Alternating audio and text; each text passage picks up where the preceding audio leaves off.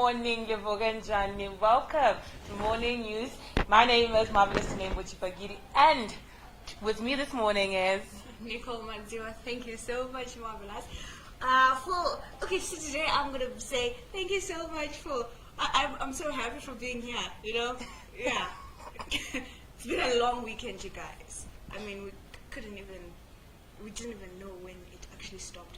But anyway, we're back today and we'll be bringing you what is in our local press and also what we can find on our online editions of news. So I'm just going to quickly throw it back to you. So what is online today? On our side, we have Minister S.B. Moyo was a director at Africom and FinHaven before the NASA loan. Talbon homegrown tariffs increased by 36%.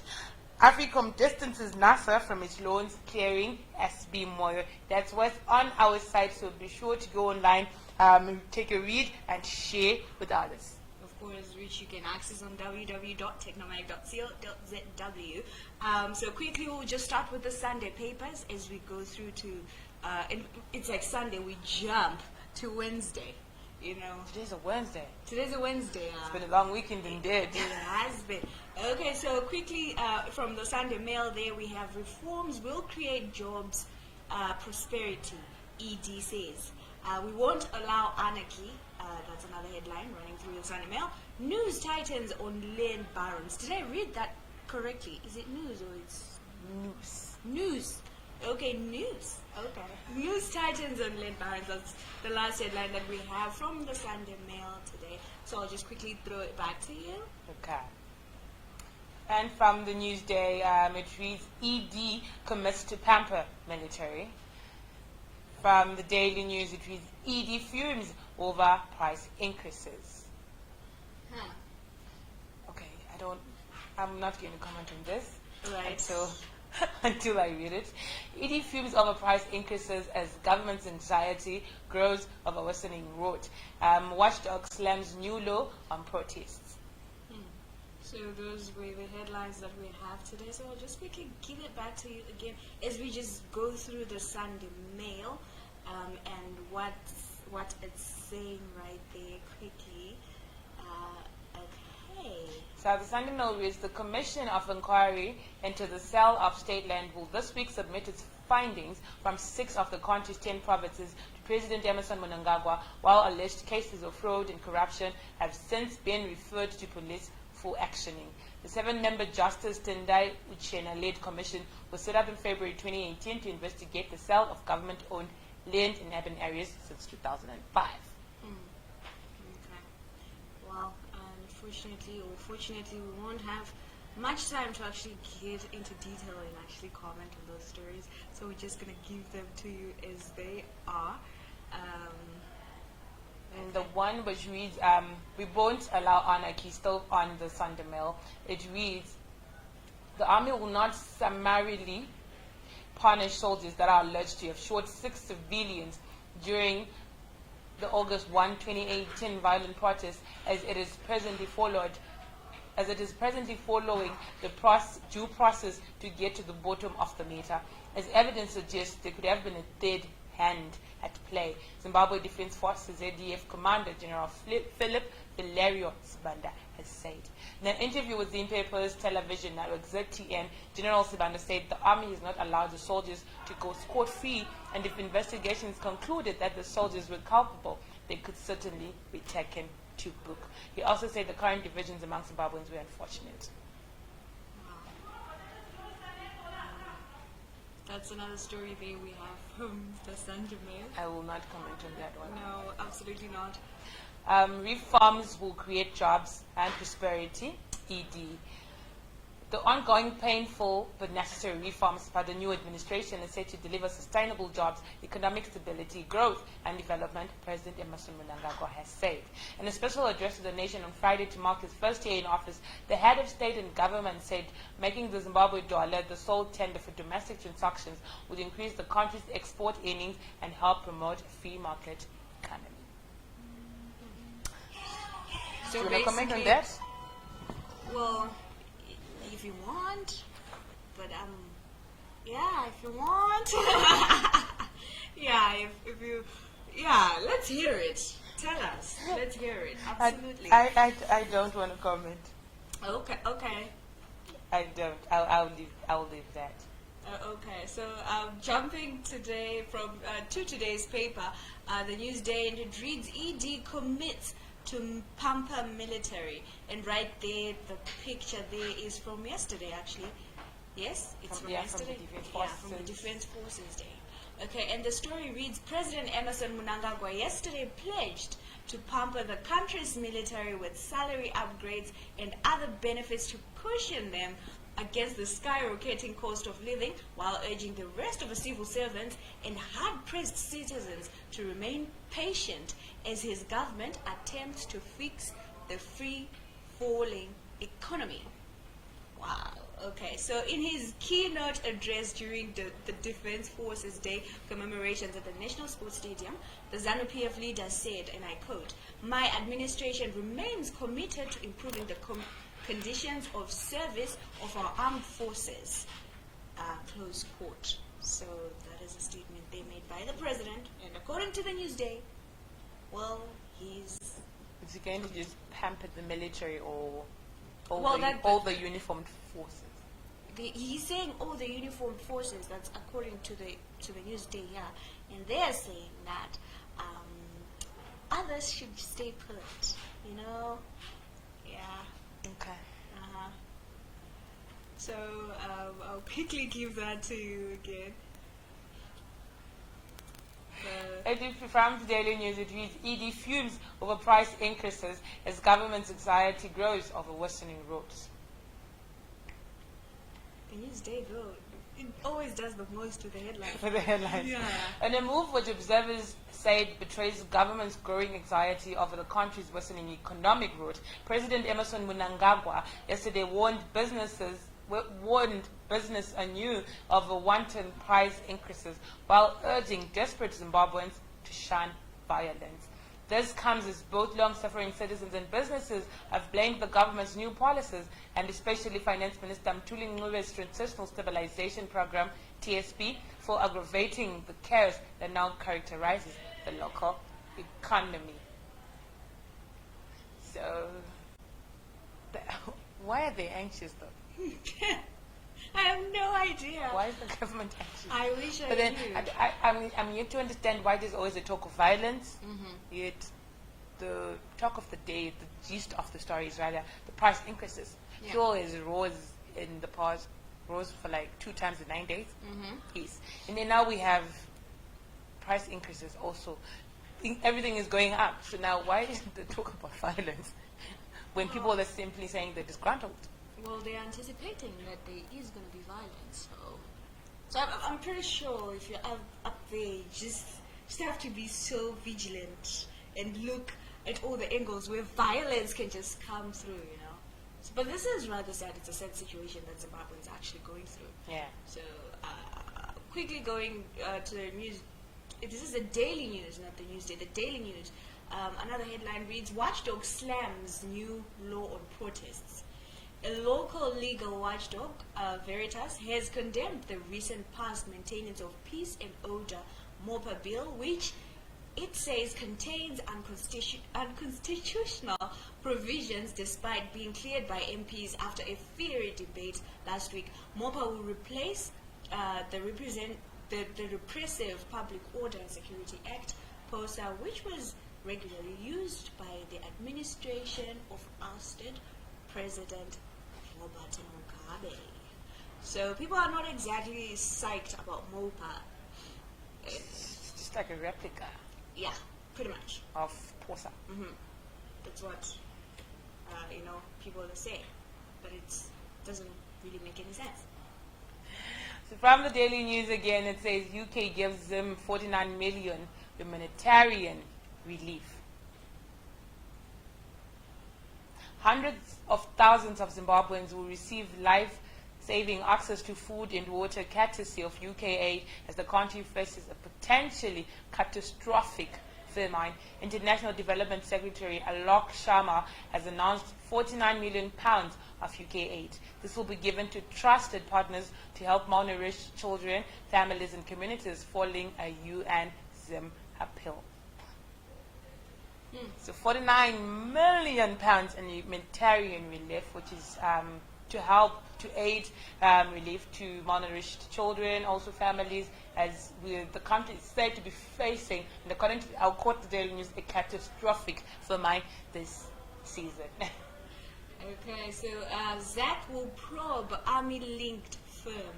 So that's another story that you mentioned from earlier on that is also on Technomag, and the Newsday is also running it. And according to the Newsday, it reads, Zimbabwe Anti-Corruption Commission ZAC boss Lois Matandomoyo says she is not going to hesitate. She's not going to hesitate to investigate a company linked to the country's military establishment, which her husband, Foreign Affairs Minister Scoziso Moyo, was a director. This follows a company called Fenhaven, which SB Moyo was a director, was allegedly fingered in National Social Security Authority corruption.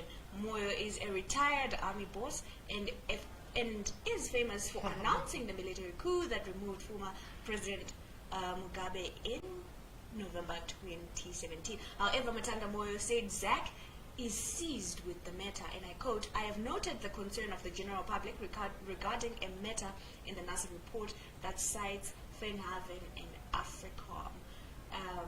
So she's basically saying that she's not going to hold back. She's going to do what she's supposed to do because it's her job to, bring to book people that will be involved in any corrupt activities. So we'll just have to wait and see how it goes. Another inquire. Yes, we shall inquire. Okay, they shall inquire. We'll just sit there and watch and relax. You know what I mean? And from the Newsday today, it reads, AD receives call from Chiwenga.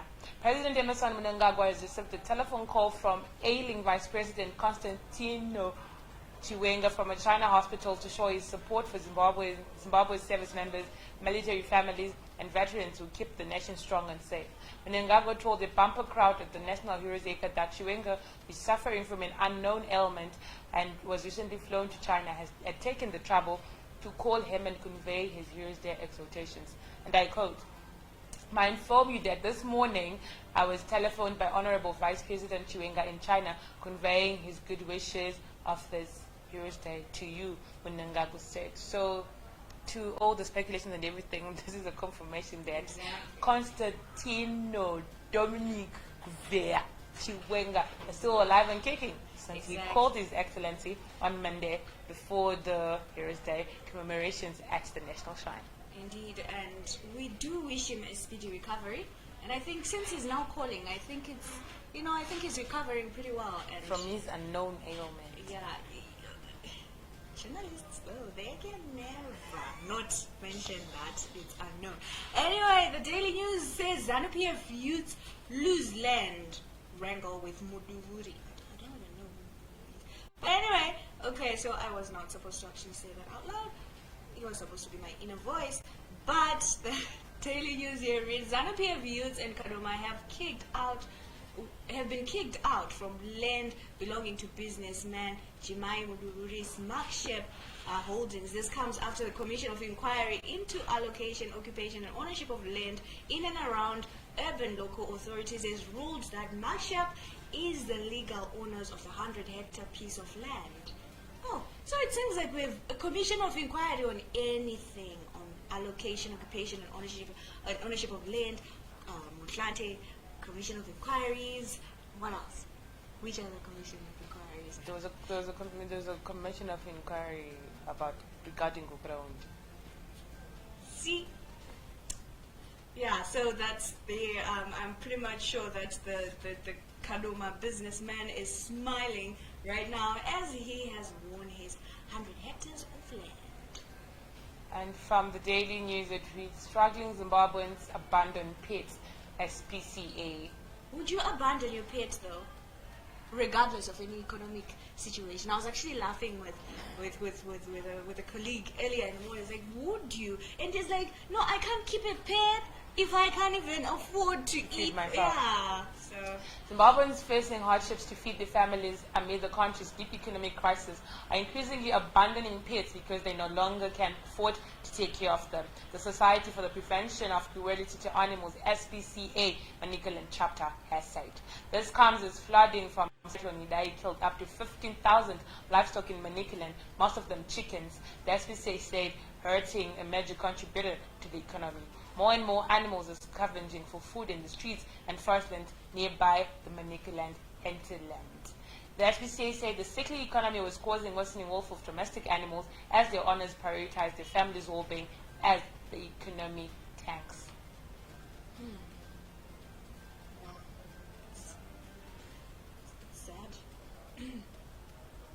But I mean, if you surrender them, if SPCA, they'll take care of your pet.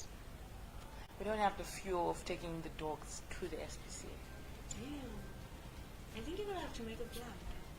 You're gonna have to make a plan. MDC Blayo branch applies for money demo. Okay, I'll just quickly give you my comment after I send it.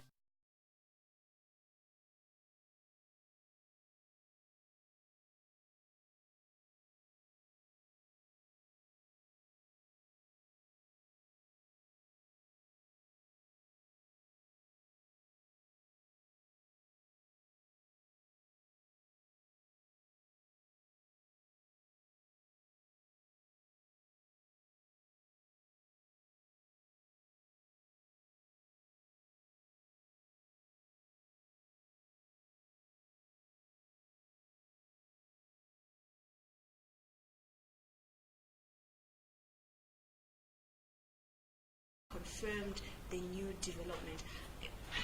Okay. My question is Sorry to who? to these guys, these people, Which these people? these protest people, protest planners. Why is it they're doing them on different occasions? Isn't they are doing it as the MDC? So it's like MDC Blahara will stand on its own and MDC Harare or other areas will stand on their own. That's their strategy. Maybe that's their strategy. They've got it. Yeah, let's just call it strategy. Yeah, we don't know nothing, right? Yes. Yeah, back to you, man. From the news day, once again, it reads MDC MP's passport snub, a publicity stunt. That's a handful. It is, isn't A it? mouthful, actually. Exactly.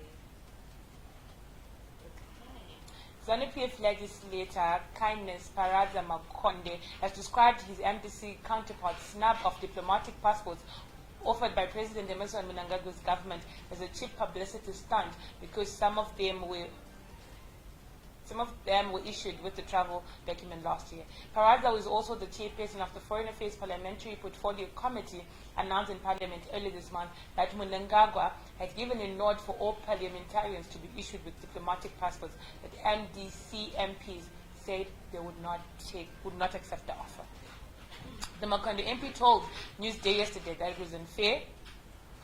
It was unfair for the opposition leadership to deny the passports. Okay, so they're saying it's only a publicity stunt. But how is it a publicity stunt? Well, they're saying Because they now knew. we're talking about it.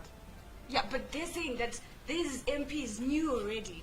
They Okay. were supposed to snap then when it was announced, when the president officially announced that, you know what, you guys can actually have diplomatic passports. Okay. But you now, because now it's open for the public, that's when you want to snap. Political actors. Anyway, so families of Chinoi battle heroes bitter.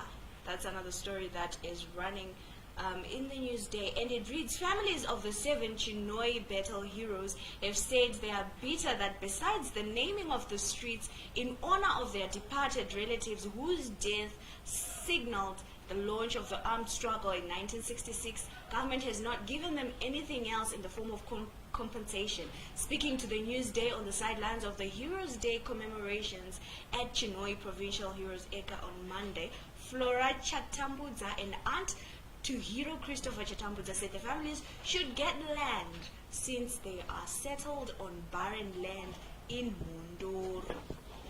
Okay, so we have families complaining there is they want, they want to be compensated for their families and what they lost. And it's actually an issue. I had some conversation with a certain lady who was actually a daughter to one of the heroes. I won't mention the name, and her father has been late for the past 2 decades. But she says that there's a lot that we don't know about the widows and the children who are left behind by these heroes and heroines. And she says, for some of us, once our parents will go, and then that's just it. So there's more to tell. The story hasn't been told. So, very good morning to Emmanuel Nyakonda, who's watching us from the UK, and he was mentioning on the story of when ED Fumes over price increases, and he's saying how can he be angry when fuel is going up? And also Milton Como, thank you for joining us, and a very good morning to you. So from the Newsday, this one reads, Bay Bridge accident, death toll rises.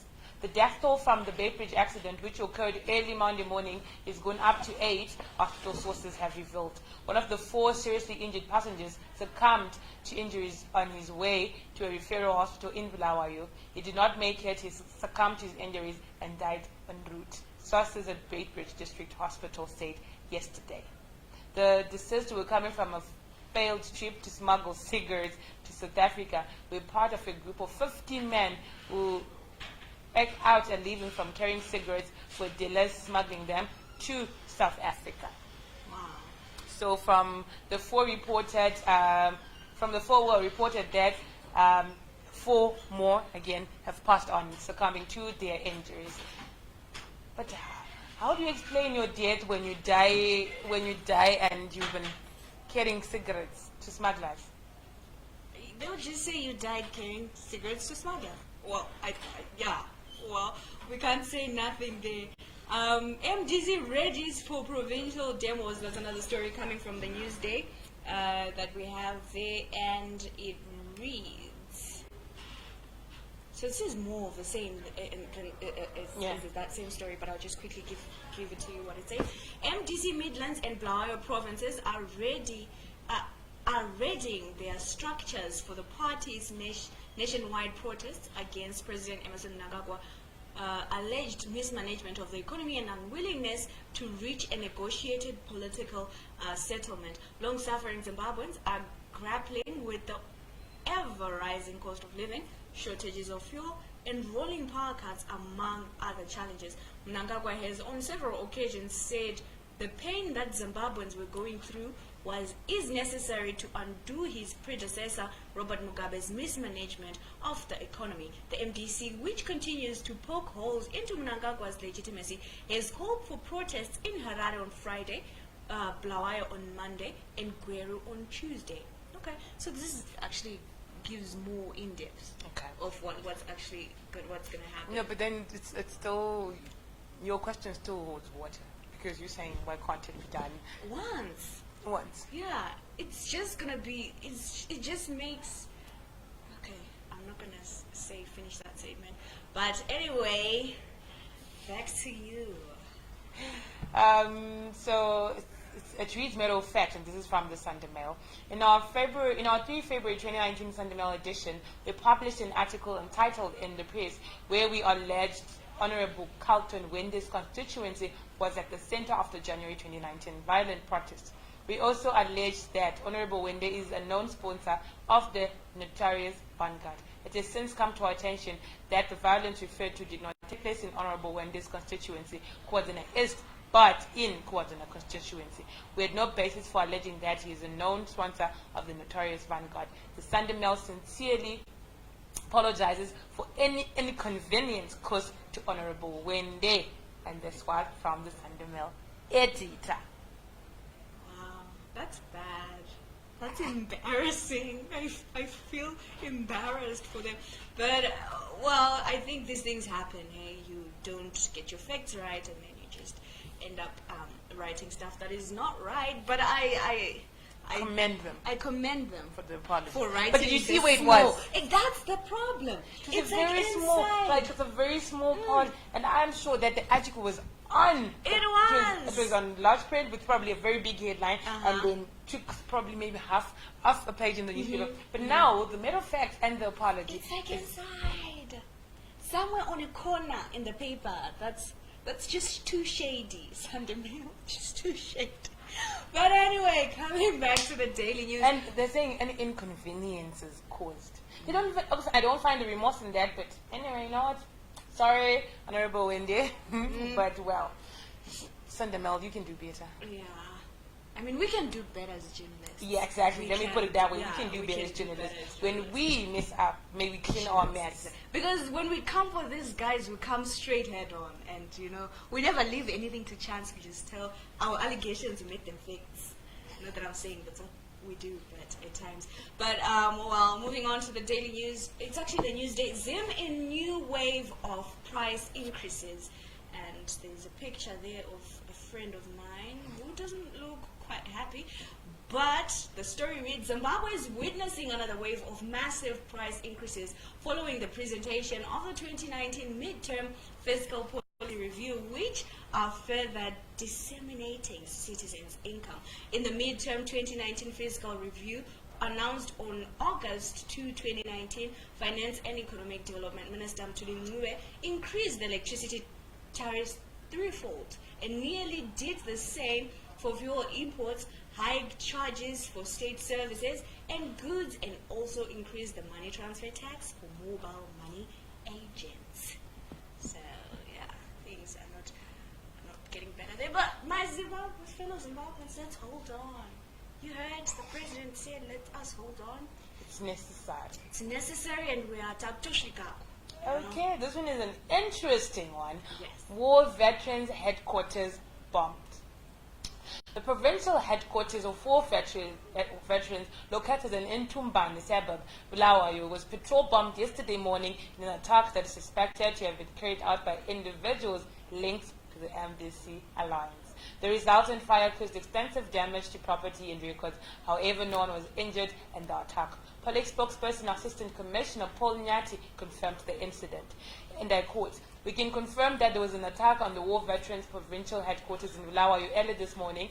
And what happened is that the caretakers suddenly saw that the whole office was on fire.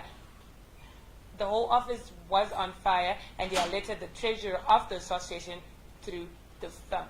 So the War Veterans Headquarters in Bulawayo have been bombed, and in question is they suspect the MDC alliance.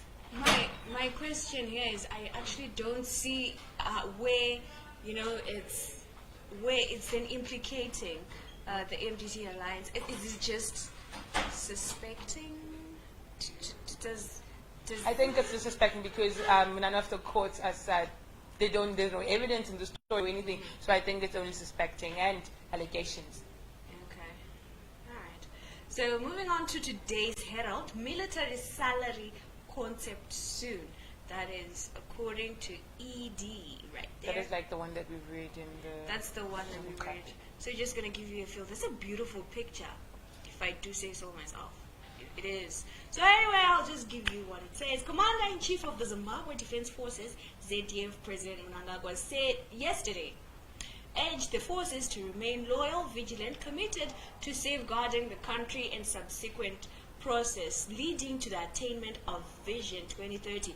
Attaining the vision, he said, needed loyal, patriotic, reliable, resourceful, and committed defense forces who keep abreast with trending world defense technological development and security system. So yeah. So then he just goes on to talk about the salary concept and how he's looking into, reviewing their salaries. And this one, I'm sure some people can testify, and I'm so sure some people would love to hear this one. ZESA scales down load shedding, and this is according to the Herald. ZESA Holdings has downgraded load shedding from stage 2 to stage 1 after it started receiving 400 megawatts from Eskom of South Africa last Thursday, an official has said. ZESA will now cut off power during the morning and evening peak hours. The peak hours are 5 a.m. to 10 a.m. and 5 p.m. to 10 p.m. and are largely predictable and easy to plan for. Okay, so which means that means we're gonna have electricity starting from 11 a.m. in the morning to 5 p.m. to 5 p.m. and then we cut short, and then then we're we have gonna them from electricity. 10 to 5 a.m. Okay, all right, it's better. It's so much better. Well, But, not for me, because from 5 a.m. to 10 a.m. I'm not using it. I'll be at work. exactly. Then when but I get home, there won't be Yeah. electricity. Then I sleep. And when I wake up, there's no electricity. it's gone. How about they make it from 12 midnight to 10 a.m.? You know, but I'm, you know, judging from what's going on now, I would say this is better. You know. But how about they make from 12 midnight Uh-huh. to 10 a.m.? Then we have it from... Well, you will obviously, if they give you at that time, then you're gonna want to cook. You're gonna want to use. You know, they're running from the peak hours, right? That you don't cook using those stoves. Yes. So many So people you had. know- So many people had even migrated to using gas stoves, though, even way before load shedding. Exactly. That's Many true. people had already started using gas stoves for cooking. Yeah. We just want to watch TV and Besides, aren't have you guys Wi-Fi like using the electricity and that you actually read. paid for? Exactly. It's just depressing. But But anyway. anyway, thank you, Zisa. Thank you. That is, although we're gonna get there eventually. So yeah, so please do take note of those times, and I'm sure probably sometimes it varies. But then according to Zisa, it's 5 a.m. to 10 a.m. and also from 5 p.m. to 10 p.m. Yeah. So do what you do. Yeah, Make sure you're not caught wanting. exactly. But I'm afraid that sadza you're just gonna have to put it on the gas because you can't cook sadza at 5. Cooking for this one who comes from work at 8 really doesn't make sense. But when Masalad nazana kubika ni moto. But anyway, you guys, thank you so much for watching our show. That is all that we had for you today from our local press and our stories online, which you can still visit on www.technomag.co.zw. So from me, Nicole Madziwa, and the crew behind the scenes, please do not forget to like us on Facebook and follow us on Twitter, and then subscribe on YouTube so that whenever we get live, you get that ding sound, and then you know you can just start watching us. So I will officially make, since today I'm the guest, I will give it to you so that you can just wrap it up, you know, and then we're out. So remember to go to an online platform to have more of our headlines on www.technomag.co.zw, which reads as Minister S.B. Moyo was the director at Africom and Finn Haven before the NASA loan. One of our stories also reads, Tel 1 home broadband tariffs increased by 36%. And Africom distances NASA from its loans clearing SB Moyo. So that is all we had for you this morning, and hoping that with a reduced or scaled down load shedding, you'll be enjoying your day at home, at work, doing whatever you'll be doing. So from us and the crew behind the scenes, we say have a marvelous one. Have a good day.